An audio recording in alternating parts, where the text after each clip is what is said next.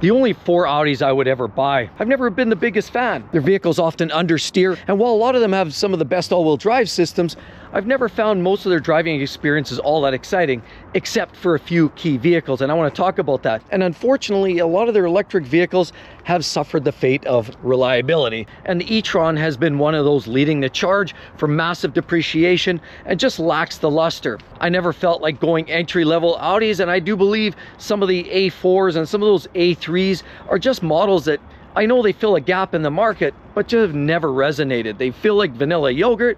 So let's just get right into the first one. Oh, it's an amazing vehicle. Definitely, I love these vehicles. Oh, with a passion. And there's a big reason why. What are we dealing with here? Well, I'm not the biggest SUV fan, but I'll explain why in a second. We're dealing with clearly an Audi, but this one's the RS Q8. Big wheels, big red calipers, RS bit calipers. It's a good looking stout unit. You'll notice the flares on the front or in the back. Unfortunately, this one here's got a flat, and those are very expensive to replace, by the way. But you'll notice LED tail lights, the RS Q8 badging, and of course Audi and the light bar. Just is a beautiful vehicle.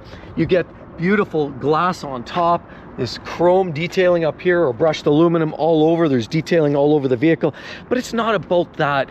That's all nickel and dime cosmetic crap. It's what's underneath that really matters, and that's why these vehicles are just spectacular. This essentially shares the body with vehicles like the Volkswagen Atlas. Okay. How about the Porsche Cayenne Turbo? Yeah, now we're talking. How about we step it up? The Lamborghini Urus. That's right, this is essentially a reskinned Lamborghini Urus. This features a 4-liter twin-turbo V8 engine under the hood, strapped to an 8-speed automatic transmission. Yes, 0 to 60, 3.1 seconds, blisteringly fast. It makes 631 ponies, and you can step it up into a performance versions, and they really put down the numbers. These are spectacularly quick, but the beauty is, this is essentially a Lamborghini Urus in almost everything except for the cost. You can save yourself 6 figures, $100,000 and more can be saved right off the top, essentially driving the same vehicle. Sure, it doesn't have the clout, but if you want to really enjoy the driving experience like I do from the driver's wheel, there's really no difference. They're tuned almost identically. The only thing is there have been some issues with these, and I want to point them out.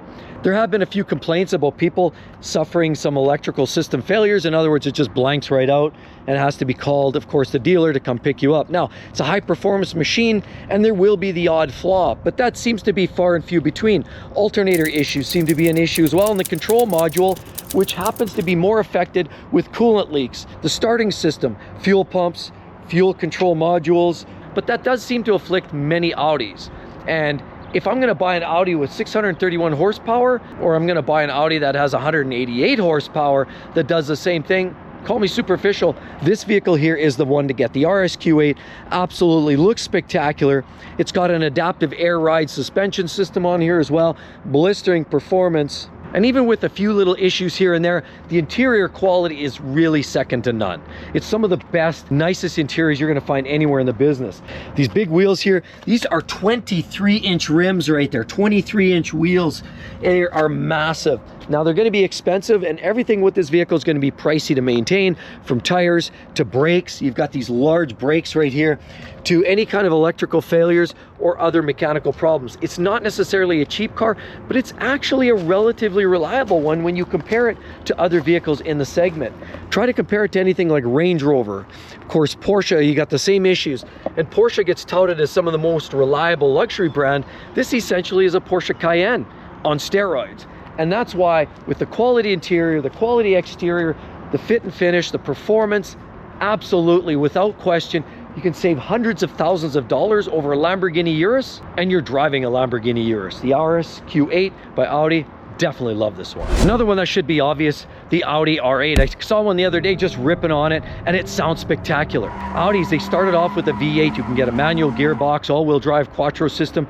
You can also amp it up to V10s of different variations. It started out as a 5-liter V10, then went up to a 5.2-liter V10. The Audi R8 is a spectacular unit. I love it, always have. Mid-engine supercar. It's essentially a reskinned and rebadged Lamborghini Gallardo or Lamborghini Huracan.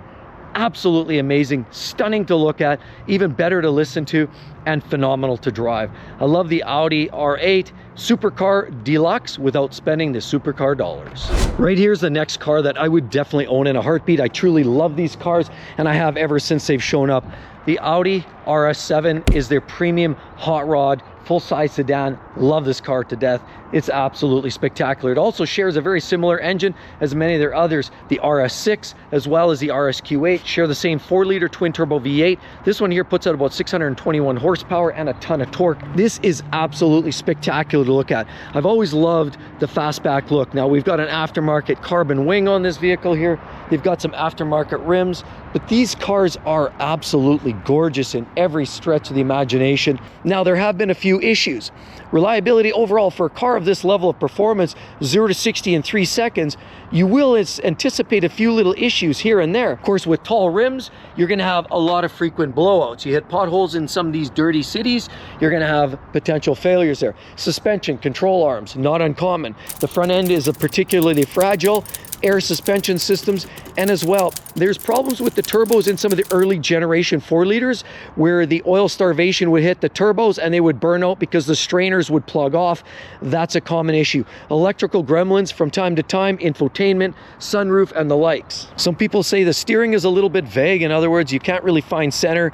You don't really feel connected to the road, but that's more of an ergonomic feel thing rather than a reliability issue. It still is accelerating aggressively fast to that 3 second 60-mile-an-hour mark. You're hearing about the odd issue with PCVs, the crankcase ventilation system, water pumps, thermostats, and engine mounts are not uncommon levels of failures, but you would, when you have cars that are exceeding 600 and 700 horsepower under tune, sometimes things will happen. These are absolutely phenomenal in performance. They look wonderful. They stand out like there's no tomorrow.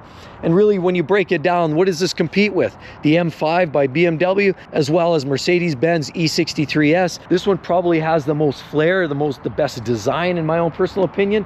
Is it the best car? I don't know. That's always a debate. But with the quattro all-wheel drive system and this kind of power, every drive in one of these is a true experience. If you're liking the video so far, you're gonna love the rest of the channel. Be sure to hit that subscribe button down below and don't forget the notifications bell so you know when the next amazing video is coming. Now this shares the same platform as another small compact car. Of course, right next to it is sitting an S3, but it's the RS3 that's the same platform as this platform, and this is the TTRS. And the TTRS and the RS3 are spectacular drivers.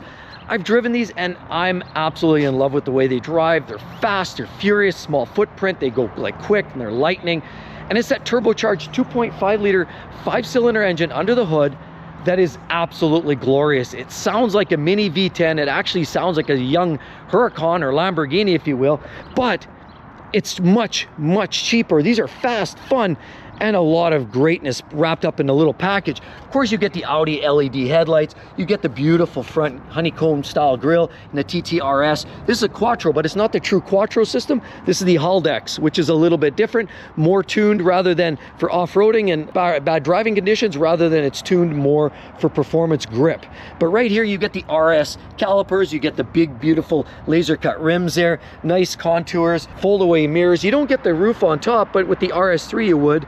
You get quilted stitching inside and a DSG gearbox that features 7 speeds, putting that power of 395 ponies down to the ground. Now it's all-wheel drive system. You get carbon wings on these vehicles, LED taillights, blackened detailing here, TTRS, gorgeous. Look at the massive tailpipes right there. You get carbon fiber rear diffuser on the back and awesome little touches like the TT gas filler cap right here. Beautiful vehicle. Have there been a few problems along the way? Other than that 0 to 60 in 3.2 seconds? You betcha, a few times. The Auto Electrical Gremlin serves these cars up.